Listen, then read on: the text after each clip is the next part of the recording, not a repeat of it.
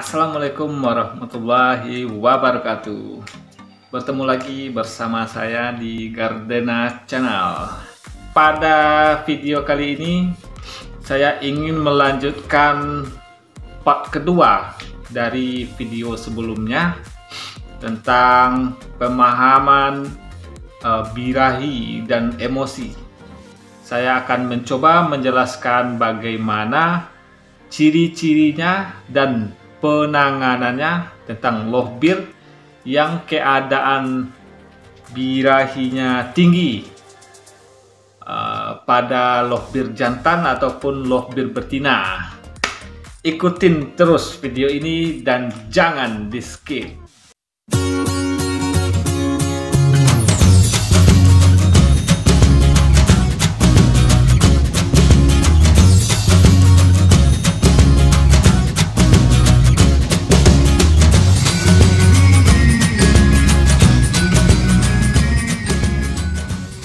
Oke, kita akan masuk pada penjelasan yang pertama tentang pemahaman loh bir, ciri-cirinya. Jadi mudah-mudahan informasi ini bisa membantu teman-teman semuanya memahami lebih dalam mengenai loh bir burung kesayangan teman-teman dan bisa menentukan keadaannya lagi birahi tinggikah atau birahi rendahkah sewaktu di gantangan.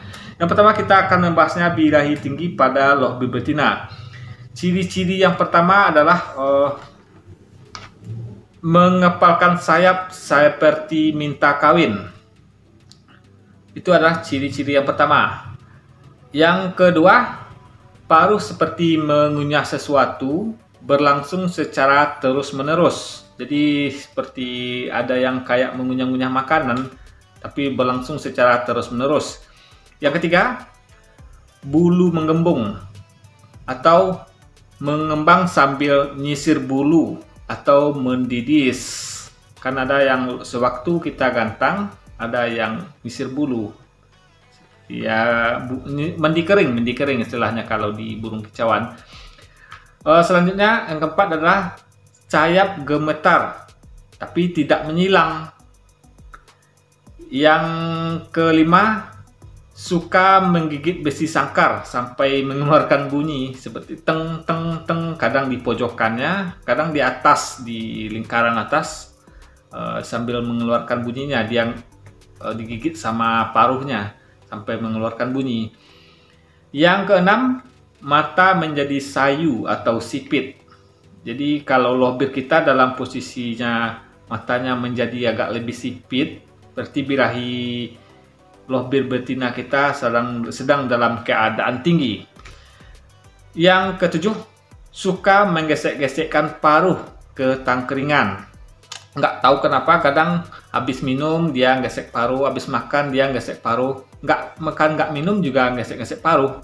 Berarti itu adalah salah satu dia menunjukkan keadaannya lagi birahinya lagi tinggi-tingginya.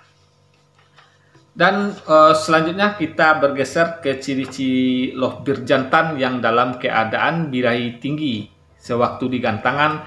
Sebenarnya sih nggak jauh berbeda dengan loh bir betina, tapi ada yang mungkin yang bisa dilakukan loh bir betina dan ada yang nggak bisa dilakukan loh bir jantan. Dan ada yang sama-sama bisa dilakukannya seperti ngepal kayak pesawat, helikopter seperti minta kawin. Loh bir jantan pun juga bisa melakukannya. Cuman bedanya kalau loh bir betina ekornya lebih naik kayak gini, naik. Dan kalau loh bir jantannya yang kalau sambil ngepal lebih cenderungnya agak datar dan dilakukannya cuman sebentar. Itu kalau untuk loh bir jantan. Jadi sama-sama bisa dan ada perbedaannya. Jadi tinggal teman-teman jeli aja melihat gaya tersebut, perilakunya. Yang kita masuk kepada birahi tinggi pada loh bir jantan. Yang pertama ciri-cirinya adalah sewaktu di gantangan, gelisah memutar-mutar sangkar tapi tidak berbunyi. Yang kedua, bulu mengembung atau ngembang sambil nyisir bulu atau mendidis, mandi kering, sama seperti yang loh bir betina tadi. Yang ketiga, suka menggigit besi sangkar hampir sama dengan perilaku loh bir betina. Loh bir jantan pun juga bisa melakukan hal tersebut. Yang keempat, mata menjadi sayu atau sipit, masih sama dengan loh bir betina. Yang kelima, suka menggesek-gesekkan paruh ke tangkringan. Jadi perbedaannya mungkin ada yang di poin 1, gelisah, muter-muter, sangkar tapi tidak berbunyi. Gerakannya menjadi lebih aktif, gelisah muter-muter aja terus kerjanya. Yang selanjutnya kita akan mencoba membahas tentang solusi untuk pengobatannya sewaktu di gantangannya untuk mencegah. Setelah kita tahu tentang kondisinya tadi, berarti kita harus tahu bagaimana solusi cara penanganannya sewaktu di gantangan. Untuk penanganannya, loh bir jantan dan betina relatif sangat sama. Yang pertama kita akan langsung saja bahasnya. Yang pertama kita semprot atau mandikan menjelang kita pergi ke gantangan. Misalkan setengah jam atau 1 jam. Jadi teman-teman tinggal praktekin aja. Kalau dimandiin setengah jam menjelang ke gantangan, kita langsung gantang. Gimana? Kalau dimandikan 1 jam, gimana? Tinggal teman-teman mencobanya. Selalu bereksperimen, tidak takut untuk gagal. Gitu adalah kunci kesuksesan. Yang selanjutnya adalah, yang kedua, solusinya adalah pemberian EF timun jika ingin ke gantangan. Jadi kalau dalam kondisi yang birahinya cukup tinggi, kita bisa mengasih EF-nya. Jangan jagung, takutnya jagung ini semakin meningkatkan birahinya. Kita kasihnya EF-nya timun yang sifatnya airnya banyak, jadi membuat loh bir menjadi badannya lebih dingin. Yang ketiga, diablak saat di arena lomba sampai birahinya mulai turun.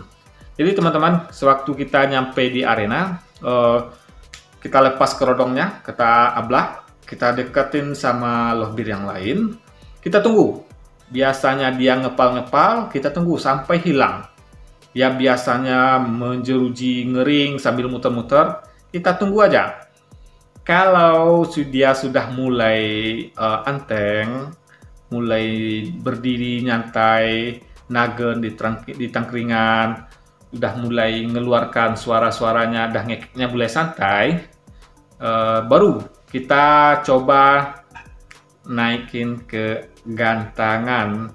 Jadi kita bukan cuman ke arena buat nyari juaranya, jadi kita juga perlu memperhatikan loh bir kita yang settingannya yang pas bagaimana. Jadi biar kita nggak kecewa sewaktu kita ke gantangan. Kita harus paham, bukan hanya ngegantang nggak juara ya udah, bukan. Kita harus paham bagaimana yang terbaiknya buat loh bir kita. Kalaupun settingannya belum pas, kita merasa belum cukup, belum mapan dia buat dinaikkan ke gantangan, ya nggak usah. Kita cuman pergi, kita buka kerodongnya, kita gantangan di pinggir lapangan, malah lebih bagus. Kita tunggu, kita pahami, dan kita baca karakternya.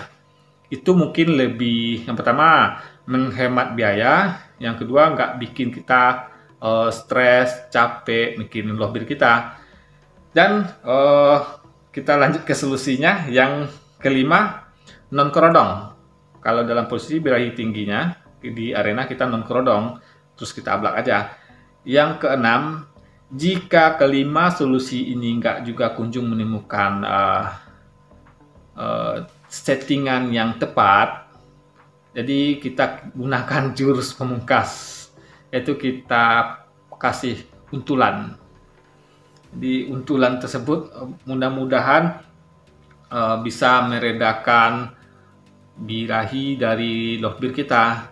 Jadi kita juga beranjak bermain ke settingan sistem untulan. Biasanya kalau pakai untulan ini, birahi loh bir kita bisa agak distabilkan, bisa agak terkontrol. Yang selanjutnya tadi yang kita bahas tentang birahi tinggi pada loh bir jantan ataupun betina. Yang selanjutnya kita akan bahas tentang birahi rendah pada loh bir jantan ataupun betina. Kita langsung saja biar videonya nggak begitu panjang, biar nggak bikin bosan pada teman-teman ya. Birahi rendah pada loh bir betina. Kita masuk sekarang pada birahi rendah pada loh bir betina. Yang pertama, ciri-cirinya sewaktu digantangan adalah tidak berbunyi dan diam saja di tangkringan.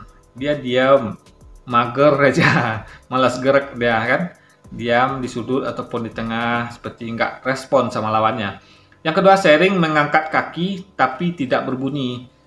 Dia merasa nyaman aja. Mungkin lebih di bawah nyaman lagi, bukan kata nyaman, lebih di bawah kata nyaman. Bukan nyaman lagi, mungkin nggak enak badan. Yang ketiga, tidak ada respon saat bertemu lovebird lain. Jadi dia lebih cenderung cuek, tapi cueknya cuek nggak bunyi. Cuek bunyi kan bagus, yang ini nggak, cueknya nggak bunyi. Yang keempat, burung terlihat lesu.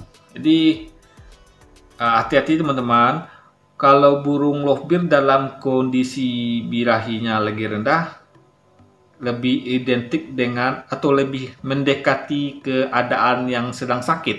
Jadi kita harus hati-hati memahami keadaan ataupun kondisi burung kesayangan kita.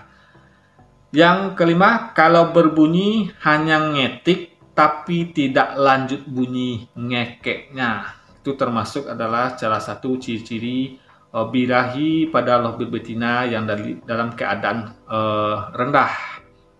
Jadi perilaku ini ada juga banyak samanya pada lovebird jantan. Jadi saya akan coba bacakan lagi tentang perilaku birahi rendah pada lovebird jantan. Yang pertama, sering mengangkat kaki. Yang kedua, burung menjadi lebih takut akan sesuatu di dekatnya. Jadi burung terlihat lebih gelisah, ataupun ada juri yang lewat, dia lebih mundur atau menghindar. Itu termasuk birahinya lagi dalam keadaan rendah. Yang ketiga, sering tidur baik pagi, siang ataupun sore. Itu adalah ciri-cirinya. Yang keempat, burung terlihat lesu seperti sakit. Seperti yang saya bilang tadi, hati-hati teman-teman buat menyikapinya.